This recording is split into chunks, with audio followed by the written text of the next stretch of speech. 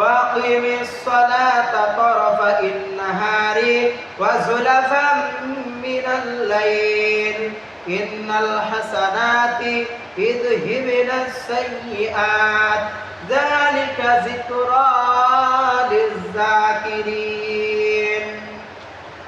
নামাজ কায়েম করা দিনের দু অংশে ফজর জোহর প্রথম অংশে আর দ্বিতীয় অংশে আসর আর রাতের প্রথম অংশে মাগরিব এশা নিশ্চয়ই পুণ্য কাজসমূহ পাপকে দূর করে দেয় বলেন সুবহানাল্লাহ। যারা উপদেশ গ্রহণ করে এটা তাদের জন্য এক উপদেশ। নামাজি ব্যক্তিরাই প্রকৃত মুমিন।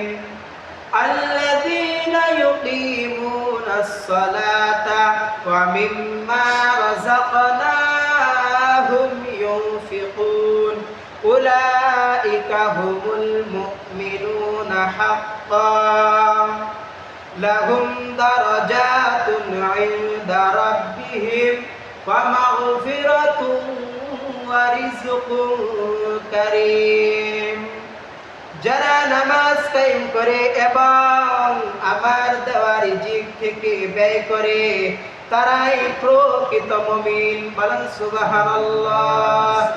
তাদের জন্য তাদের প্রতিপালকের নিকট রয়েছে মর্যাদা ও ক্ষমা ও সম্মানজনক রিজিক বলেন সুবহানাল্লাহ। নামাজীদেরকে আল্লাহ তাআলা জান্নাতে উঁচু মাকাম দান করবেন।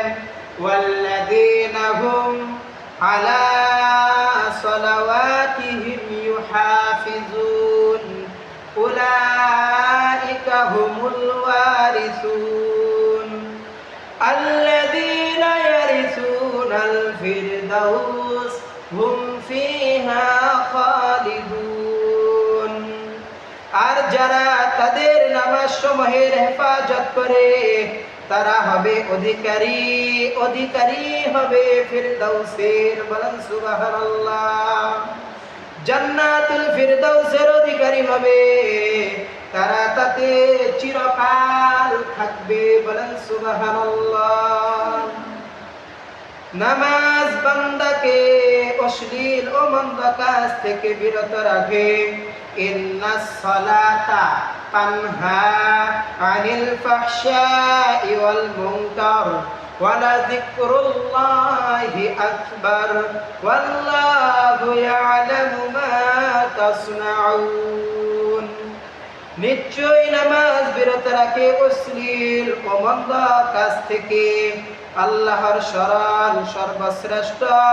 তোমরা যারা আল্লাহ তাআলা জানেন। নামাজের ফজিলত সম্পর্কে হযরত আবু যর রাদিয়াল্লাহু তাআলা আনহু